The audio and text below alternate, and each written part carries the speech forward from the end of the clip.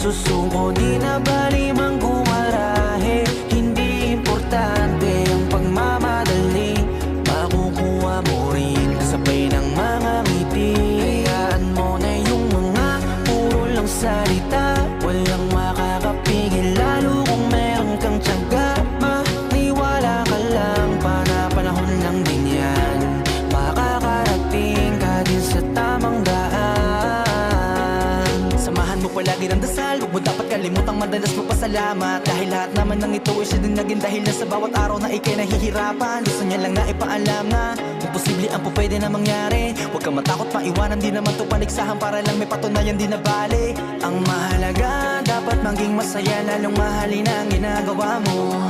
Sipagan mo lang kahit nakakatamad, itutuloy mo.